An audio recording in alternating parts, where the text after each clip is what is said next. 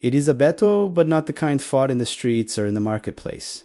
The real war is internal. It takes place in the quiet moments inside your mind where belief collides with resistance and intention collides with habit. Because that is where progress is either protected or slowly surrendered. And most people misunderstand failure because they assume it comes from lack of opportunity, lack of money, or lack of connections, when in reality, failure usually begins far more quietly in small thoughts, in harmless delays, in the voice that says, maybe tomorrow, because the same mind capable of imagining a better future can also construct a prison of excuses. And every day that mind runs two programs at once, the builder and the settler, the voice that says I can, and the one that whispers why bother. And the truth is, progress must be defended daily, because if you don't guard it, subtle enemies move in disguise as comfort, logic, or caution, slipping in silently until months or years pass, and nothing has changed.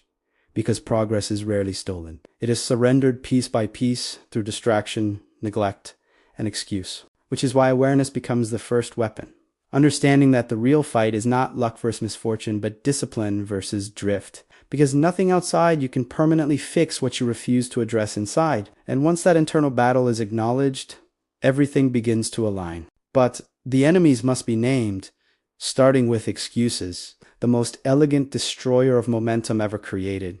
Because excuses don't shout, they reason. They make stagnation sound intelligent and delay feel justified. Yet progress always begins the moment explanation ends and execution starts.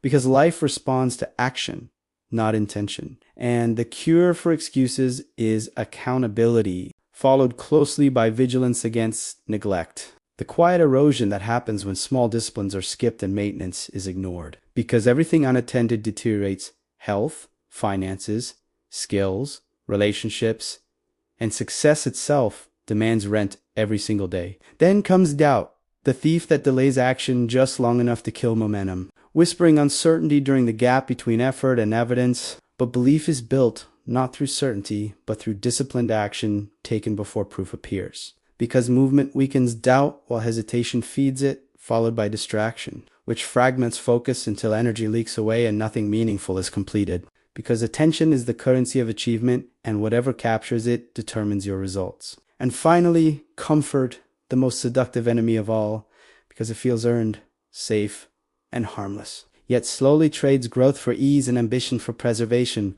when in truth every form of progress requires resistance. And the age of comfort is where life expands. So the defense against all these enemies is design awareness to see the threat, discipline to act despite feeling, and structure to make progress automatic, because willpower fades but systems endure. And when you replace excuses with action, neglect with attention, doubt with faith, distraction with focus, and comfort with challenge, progress stops being fragile and becomes fortified. And the war within shifts permanently in your favor, because progress is not accidental. It is protected, and once protected long enough, it becomes inevitable.